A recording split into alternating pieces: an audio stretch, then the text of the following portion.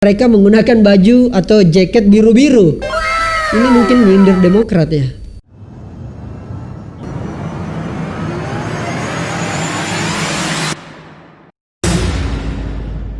Saya tidak menyalahkan Bapak karena ini kesalahan besar. Tidak semudah itu. Artinya memerlukan tahapan-tahapan besar, inilah yang sedang kita kerjakan. Ini dan sudah berjalan lama berada dalam arah yang salah. Niat Pak Jokowi bagus, tapi Pak Jokowi sudah berkuasa 4,5 tahun. Mengelola ekonomi makro itu berbeda dengan mengelola ekonomi mikro. Bikin holding yang sekarang saja tidak dikelola dengan baik. Ini tidak memiliki beban-beban masa lalu.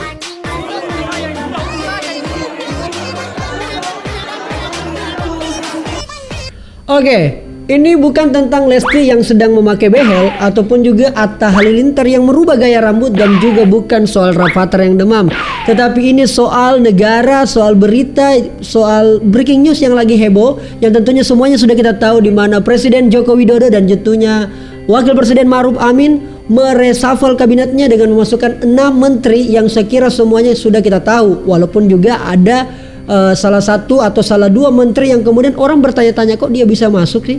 Itulah yang kemudian akan kita bahas. Tentunya yang paling fenomenal adalah dengan masuknya Bapak Sandiaga Salahuddin Uno untuk menjadi Menteri Pariwisata dan Ekonomi Kreatif menggantikan Bapak Wisnu Tama. Tentu ini menjadi sebuah hal yang sangat menarik untuk kita ulik, karena tentunya melengkapi gaya politik Jokowi yang awalnya memasukkan rival politiknya yang semuanya sudah kita paham, yaitu Bapak Prabowo, dan kemudian wakilnya Sandiaga Uno juga pun masuk. Oleh karena itu maka kemudian muncul wacana, lalu apa gunanya pemilihan presiden? Apa arti ataupun apa makna yang kemudian pemilihan presiden itu menghabiskan banyak anggaran negara? Maka kemudian muncul beberapa meme yang tersebar luas baik di Twitter, di Instagram, di Facebook, dan di grup WhatsApp yang kemudian menjadi konsumsi publik hari ini dan mungkin beberapa hari ke depan. Oleh karena itu saya akan awali dengan sebuah pantun. Kalau Anda mau bercermin, jangan lupa pergi mandi. Pilih Presiden Jokowi Amin, gratis Prabowo Sandi. Bersama saya Rizal Jamal, tentunya di channel ini Anda akan temukan inspirasi, edukasi, dan juga motivasi, dan semua masalah dan juga pro kontra kita akan temukan di channel ini. Dan yang paling penting, semuanya kita kemas secara logika, etika, dan juga estetika. Tetapi yang paling penting di channel juga ini ada entertainnya lah. Jangan terlalu tegang, jangan menekan.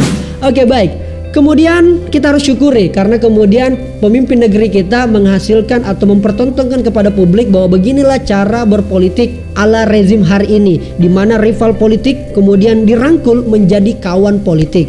Kalau kita dengar beberapa quote-quote yang agak sedikit adem ayem adalah berpolitik seperlunya, berkawan selamanya. Kira-kira seperti itu. Muncullah juga Erick Thohir mengupload di postingan Instagramnya yang ini, di mana ada foto Bapak M. Lutfi yang juga Menteri Perdagangan, juga kemarin sempat menjadi Menteri Perdagangan di era Pak SBY. Ada tentunya foto Sandiaga Uno dan juga foto Erick Thohir. Kalau yang cewek saya belum dapat informasi fotonya siapa itu. Nah, ini kemudian menjadi berbagai macam respon lah kira-kira, baik itu di kubu Prabowo Sandi kemarin, juga di kubu Jokowi Ma'ruf Amin. Tentu beragam, dan saya kira itu perlu kita apresiasi atau perlu kita simak saja lah pendapat-pendapatnya, bagaimana cara kita melihat ataupun menafsirkan kembali semua dari sudut pandang kita masing-masing. Tetapi yang paling penting yang ingin saya sampaikan di kesempatan ini, dan perlu teman-teman milenial tahu, adalah kalau kita pikir-pikir dengan menariknya Pak Prabowo dan juga Pak Sandi, saya kemudian berkesimpulan, lalu kemudian kemarin apa gunanya kita pemilihan presiden? Walaupun mungkin pernyataan tadi yang kemudian sedikit berbau pertanyaan adalah ciri-ciri mungkin orang apatis atau orang yang tidak atau belum merdeka melihat bangsa ini. Mungkin sebagian teman-teman berpendapat seperti itu. Tetapi yang saya mau sampaikan di sini adalah kalau memang kemarin ternyata sudah mau seperti ini modelnya, ya saya kira tidak perlu ada pemilihan presiden. Kalau perlu cerita saja di warung kopi, kita ngopi-ngopi aja, terus bagaimana nanti pembagian jatah kekuasaan itu. Cukup itu saja dilakukan, saya kira tidak perlu membuat negara dan bangsa ini terpecah belah. Kemarin betul-betul Indonesia ini hampir terbelah dua. Ada kubu kampret, ada kubu cebong, Dan sekarang muncul lagi kalau kita terlalu mengkritik atau menghantam presiden dianggap kita kadrun, atau kemudian kita berbau agama dianggap kita seperti itu. Macam-macam lah. Saya kira inilah yang menjadi tantangan kita. Bayangkan Pilpres kemarin itu menghabiskan uang negara sebesar kurang lebih 25 triliun hanya menghasilkan pemimpin atau produk dari 25 triliun itu seperti apa yang dipertontonkan kita pada hari ini. Ini baru 1 tahun kepemimpinan, ya. Bagaimana kemudian kalau sudah sampai akhir periode, bahkan kemudian juga ada wacana sampai 3 periode, tetapi saya tidak mau masuk ke sana karena itu bukan substansi pembahasan kita di channel ini atau di konten ini. Tetapi itu yang saya mau sampaikan. Maksud saya begini, jangan sampai dengan merangkul semua ini ada motif terselubung di baliknya. Wajar saja dong kemudian saya sebagai anak bangsa berasumsi seperti itu. Karena kenapa? Menurut saya pemerintahan yang baik adalah bukan semuanya kita berada pada sistem kekuasaan, tapi perlu juga ada kontrol dari pihak oposisi, alias ada mitra kritis. Ini saya lihat gayanya Bapak Presiden kita ingin merangkul semua. Saya kurang tahu apa motif di belakang itu, biar mungkin tidak ada isu-isu atau mungkin tidak ada suasana yang cukup panas dalam rezim ini, ya saya kurang tahu bagaimana kemudian maksud dan tujuannya. Mungkin hanya Pak Jokowi atau Pak Wapres juga yang lebih tahu, dan beberapa koalisi partai. Yang menarik kemudian karena akhirnya kita bisa melihat ada bonus menteri gitu lah kira-kira. Saya kurang tahu kalau kemarin yang menang itu adalah Prabowo Sandi, kira-kira kita dapat bonus apa? Nah inilah yang kemudian yang disesalkan oleh salah satu pendukung Bapak Jokowi Maruf Amin, yaitu Kakak Irma dari Nasdem, Kakak Irma Caniago, yang kemudian dia menyampaikan dalam sebuah berita bahwa buat apa kemarin kita berdarah-darah gitu, memperjuangkan dan segala macam.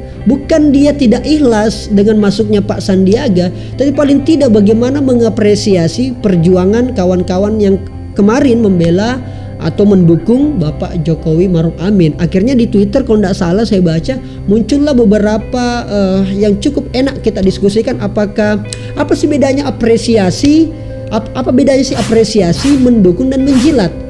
Saya kira inilah yang kemudian menjadi opini yang berkembang juga di luar. Nah ini saya kira yang sangat mengganjal, yang saya sangat sedihkan kalau saya secara pribadi, dan mungkin ini sangat subjektif dan mungkin teman-teman netizen menganggap ini salah, yaitu karena kita tahu teman-teman banyak sekali petugas KPPS atau masyarakat Indonesia lah, petugas pemilu yang kemarin itu banyak sekali yang meninggal hanya kemudian ya ternyata bergabung jadi sama-sama. Walaupun kita tahu sama-sama semua atau mungkin banyak kecurigaan yang beredar bahwa jangan sampai kemarin perhelatannya itu ada berbagai macam kecurangan atau ada permainan atau apa, terserahlah apa namanya, tetapi paling tidak akhirnya mungkin orang memunculkan sebuah quote terbaru bahwa lebih baik menang curang daripada kalah terhormat. Hikmah positifnya dari apa yang ditampilkan oleh Pak Jokowi ini adalah dapat mewarnai juga model pemerintahan yang ada di daerah dari level gubernur maupun bupati wali kota, di mana yang kemarin-kemarin berselisih kemudian bergabung membangun. Tetapi kalau bagi saya pribadi tidak perlu juga sampai demikian. Perlu juga ada kritis, perlu juga ada hal yang mengkritik, mengontrol. Membangun bangsa dan negara ini tidak perlu kita semua berada dalam kekuasaan, karena yang nanti adalah muncullah istilah yang selama ini netizen juga dengungkan adalah jangan sampai sistem pemerintahan kita atau negeri ini dipimpin oleh oligarki, di mana hanya orang-orang elit atas, kelompok-kelompok tertentu yang dibagi-bagi kekuasaannya. Saya kira itu yang mengganjal dan yang paling penting untuk kita diskusikan. Ya, semoga saja di Pilpres selanjutnya dapat jauh lebih kompetitif, ya, tidak mempertontonkan hal-hal seperti ini kalau dari sisi negatifnya. Oleh karena itu, sebelum saya lanjut, sebelum saya kasih pantun closing, asik juga sih cara mengumumkannya Pak Jokowi di beranda Istana Negara. Terus ada Ibu Trismarini, ada Menteri Agama yang kemudian menjadi kontroversi di netizen, juga ada Menteri Perdagangan, ada juga yang menjadi Menteri Kesehatan ternyata ahli nuklir, dan menurut saya yang uniknya karena mereka menggunakan baju atau jaket biru-biru. Ini mungkin minder Demokrat ya. Saya kurang tahu, tetapi itulah mungkin yang kita sama-sama saksikan bersama. Oleh karena itu, saya mau menyampaikan sekali lagi, mari bersama-sama tetap kita membawa negara ini semakin maju ke depan. Apapun peran dan potensi kita, yang paling penting saya sepakat memang bahwa politik cukup seperlunya dan memang berkawan selamanya. Tetapi paling penting adalah jangan lupa kemajuan bangsa ini tidak terlepas dari pemikiran kritis. Mari tetap kita menyuarakan itu, karena itu kadang-kadang bersumber dari hati untuk saling mengingatkan. Watawasau bil haqi watawasau bis sabri. Saya tutup dengan sebuah pantun. Anak ayam mandi di kali pagi-pagi. Pilih pemimpin untuk peduli, bukan kursinya yang dibagi-bagi. Assalamualaikum warahmatullahi wabarakatuh.